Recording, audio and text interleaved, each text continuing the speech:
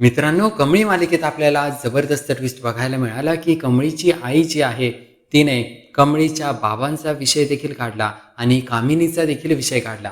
कमळीला एवढी गोष्ट समजली आहे, की कमळी जेव्हा लहान होती, तेव्हा तिच्या मागावर एक बाई होती.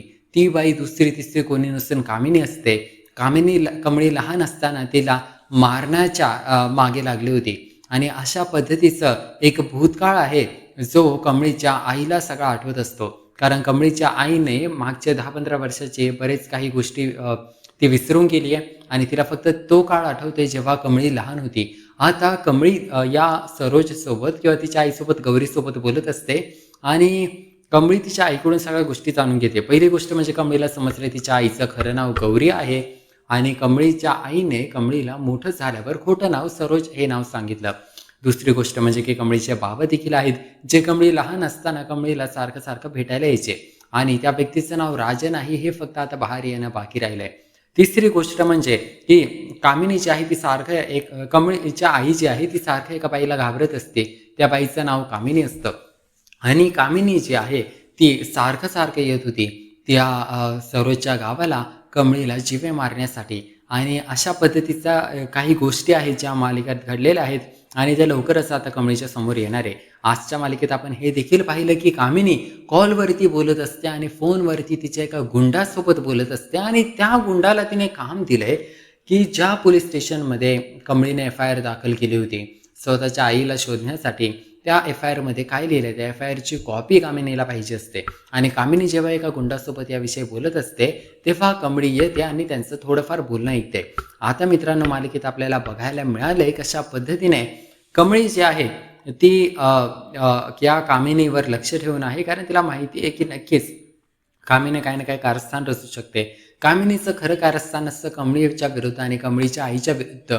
पण कमळी कामिनीवर या कारणामुळे लक्ष ठेवते कारण कामिनीचे कारस्थान तिला वाटतंय की आजोबा आणि अन्नपूर्णा आजीच्या विरोधात असतील आणि कामिनीचा तसा प्लॅन पण चाललाय की आजोबा जे आहेत ते आता बरे होत चाललेत. ते पूर्णपणे बरं होण्याच्या अगोदर तिला आजोबांना संपवायचंय. असा सगळा कामिनीचा प्लॅन आहे. आता सध्या मालिकेच्या येणाऱ्या काही भागांमध्ये आपल्याला 2 गोष्टी बघायला मिळणार आहेत. पहिली गोष्ट म्हणजे मालिकेमध्ये जो नवीन विलन आलेला आहे, ज्या विलनची इच्छा आहे की कमळीने त्याच्या अकॅडमीमध्ये ॲडमिशन घ्यावं. कारण विद्यापीठात पहिली आलेली मुलगी त्याच्या अकॅडमीमधून शिकते हे जेव्हा सगळ्यांना कळेल तेव्हा सगळे लोक त्याच्या अकॅडमीमध्ये ॲडमिशन घेतील. आणि दुसरी गोष्ट म्हणजे ते म्हणजे की आता कमळी कबड्डी कोच म्हणून कामाला लागली आहे आणि आपल्याला या मालिकेत हेच बघायला मिळालं होतं सुरुवातीला की कमळी एक चांगली कबड्डी प्लेयर आहे आणि ती गोष्ट कुठेतरी राहून गेली होती.